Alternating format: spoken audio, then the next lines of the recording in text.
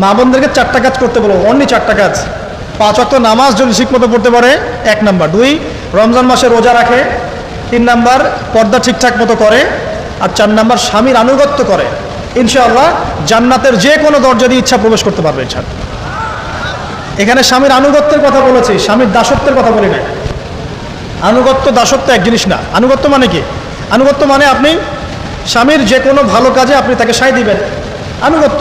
নামাজ পড়তে বলেছে নামাজ পড়তে হবে, পর্দা করতে বলেছে আপনি পর্দা করবেন, বেপর্দায় যাবেন আপনি যাবেন না, এটা আনুগত্য। দাসত্ব কি? দাসত্ব হচ্ছে যে সে ভালো মন্দ যাই বলুক আপনি শুনছেন, এটা দাসত্ব, এটা করবেন না। মা বোনরা 4টা কাজ বাসায় গিয়ে আবার শুনিয়ে দিবেন। নবীজি বলেছেন 4টা কাজ কোনো মেয়ে করলে জান্নাতের যে কোনো দরজা দিয়ে ইচ্ছা প্রবেশ করতে পারবে।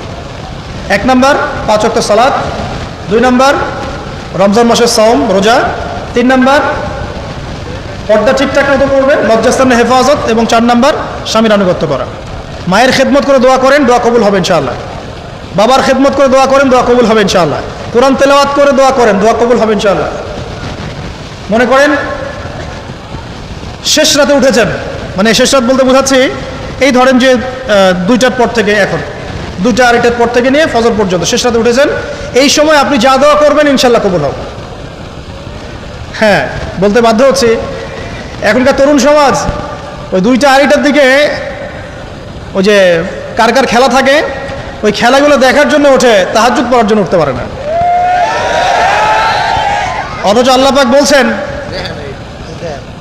পাক বলছেন কি, যে শেষ রাতে আল্লাহ পাক প্রথম আসমানে নেমে আসেন এবং আহ্বান করেন, কে আছো আমার কাছে কিছু চাইবে আমি দিব, কে আছো আমার কাছে রিজিক চাইবে দিব, কে আছো আমাকে ডাকবে আমি তোমার ডাকে সাড়া দিব, কে আছো আমার কাছে ক্ষমা চাইবে আমি তোমাকে ক্ষমা করে দিই।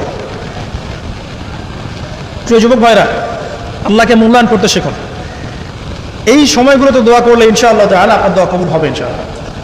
সবচেয়ে ইম্পর্টেন্ট হচ্ছে এটা, যেটা আমরা প্রত্যেক দিন পড়ি, প্রায় 17 রাকাত নামাজ পড়ি আমরা, ফরজ নামাজ, শুধু ফরজ নামাজের কথাই বলছি। এখানে আপনি 34টা সেজদা করেন, 17 রাকাত ফরজ, 34টা সেজদা করেন। প্রত্যেক সেজদায় যদি একটা করে দোয়া করতে পারেন ইনশাআল্লাহ আল্লাহ আপনার দোয়া কবুল করবেন। দোয়া কবুল করার কিছু জায়গা বলে দিলাম, তো বেশি বেশি দোয়া করতে হবে। আমরা উম্মার অবস্থাগুলোকে বুঝতে শিখব। এখানে এই 3 ব্যক্তি, এটা বলে আমি শেষের দিকে যাচ্ছি, একটু ধৈর্য ধরেন। এই 3 ব্যক্তি পড়ে গেছে গুহার মধ্যে।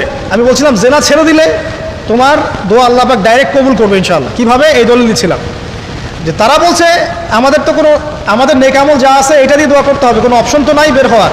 একজন বলছে যে আল্লাহ আমি আমার পিতা মাতার খেদমত করতাম, মাকে দুধ পান না করিয়ে কখনো দুধ পান করি নাই, আল্লাহ এই কাজটা যদি তোমার কাছে ভালো লেগে থাকে আজকে আমাকে এই বিপদ থেকে উদ্ধার করো।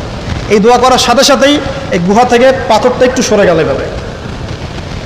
আর জড়বস্তু আল্লাহ পাকের হুকুম মানে, আল্লাহ পাকের হুকুম মানে না খালি 2টা শ্রেণীর মানুষ, এক হচ্ছে মানুষ আর একটা জিন জাতি। এই পুরো প্রকৃতি আল্লাহ পাকের হুকুম মেনে চলে। আর জড় বলতে আসলে কিছু নাই, যদি আমি বোঝানোর জন্য জড় বলেছি, আল্লাহ পাকের হুকুমে সবকিছু জীবন্ত। এই যে মাটিতে আমরা বসে আছি না এখন, এই মাটি কিয়ামতের মাঠে সাক্ষী দিবে যে এখানে মাহফিল হয়েছিল। হ্যাঁ, ওইখানে বসে তুমি টিকটক করেছো, লেকচার শুনো নাই ভালো করে। একটা মাহফিলে যাচ্ছিলাম, দেখলাম যে এখন স্টেজে উঠি নাই, ওই সুযোগে দেখলাম যুব সমাজ রাস্তার পাশে দাঁড়িয়ে সিগারেট খাচ্ছে, ব্রেক নিচ্ছে আগে, চা সিগারেটের ব্রেক। হুজুর আসলে আলোচনা শুনবো।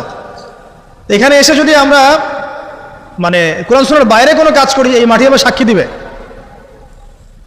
এটা দলিল কোথায় আছে? সূরা জিলজাল পড়ে দেখবেন। সূরা জিলজালের মধ্যে দলিল আছে যে আল্লাহ পাকের হুকুমে এই জমিন কথা বলবে ইনশাআল্লাহ, আল্লাহ পাক হুকুম করলে। জি, তো একটু সরে গেল ওই পাথর, তারপরেও ব্যক্তি দোয়া করছে, আল্লাহ আমার একজন কাজের লোক ছিল, সেই কাজের লোক কিছু টাকা পেত, টাকা না নিয়ে বেচারা চলে গেছে, আমি ওই টাকা দিয়ে কিছু পশু কিনেছি, এই পশুগুলো কিনে আমি পালন করেছি, অনেক দিন পর সেই ব্যক্তি এসেছে আমার টাকা দাও। তখন আমি বলেছিলাম যে এই যতগুলো পশু দেখছো সব তোমার। সেই লোক বলছে আমার সাথে কি ঠাট্টা করছো? বলছে না, ঠাট্টা করছি না, তোমার টাকা দিয়ে আমি পশু কিনেছিলাম, এই প্রজনন হতে হতে হতে আজকে এতগুলো হয়েছে, সব তোমার, নিয়ে যাও। আল্লাহ কলিজা দেখেন, আসলে দান করার জন্য কলিজা লাগে, টাকা লাগে না। আল্লাহর পথে দান করার জন্যে কলিজা লাগে, টাকা লাগে না। আর কিছু মনে করবেন না, আমি বিভিন্ন মাহফিলে যাচ্ছি, একটা কমন দৃশ্য দেখি এই কালেকশনের।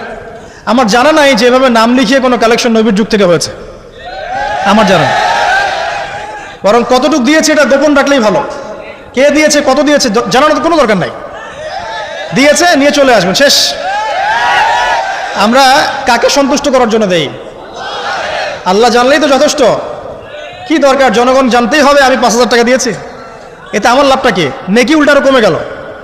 উল্টা 7 শ্রেণীর মানুষ, একটা হাদিস আছে, 7 শ্রেণীর মানুষ কিয়ামতের মাঠে আরশের ছায়া পাবে। কিসের ছায়া পাবে? আরশের ছায়া, যে ছায়া ছাড়া কোনো ছায়া থাকবে না। ওর মধ্যে এক শ্রেণী হচ্ছে ওই ব্যক্তি যে এত গোপনে দান করে, তার বাম হাত জানে না ডান হাত কি দান করছে। এই ব্যক্তি আরশের ছায়া পাবে ইনশাআল্লাহ। তো দুনিয়া যদি উদ্দেশ্য থাকে, নাম প্রকাশ করা জাহির করার উদ্দেশ্য থাকে, বা যদি এমন হয় যে এখানে লৌকিকতা উদ্দেশ্য থাকে, নেকি নষ্ট হয়ে যেতে পারে, সুযোগ আছে, চান্স আছে। তো এই ট্রেডিশনগুলো বন্ধ করলে মনে হয় ভালো হয়। এটা আমার পরামর্শ, বাকিটা বিবেচনা আপনাদের।